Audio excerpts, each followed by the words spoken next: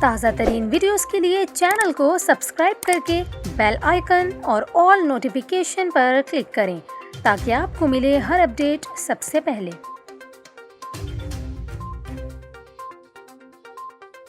اور یہاں پر آپ کو خبر دیں، جامعہ کراچی خودکش حملے کی تحقیقات اور انکشافات کا سلسلہ جاری ہے۔ ذرائع کے مطابق خاتون حملہ آور ایک دن پہلے بھی دھماکے کی نیت سے آئی تھی، مگر وین میں انسٹی ٹیوٹ کے چینی ڈائریکٹر موجود نہ تھے، اس لیے حملہ ایک دن آگے بڑھا دیا گیا۔ ذرائع کا کہنا ہے کہ لاسٹ منٹ لیڈی ہینڈلر موقع پر پہلے سے موجود تھی۔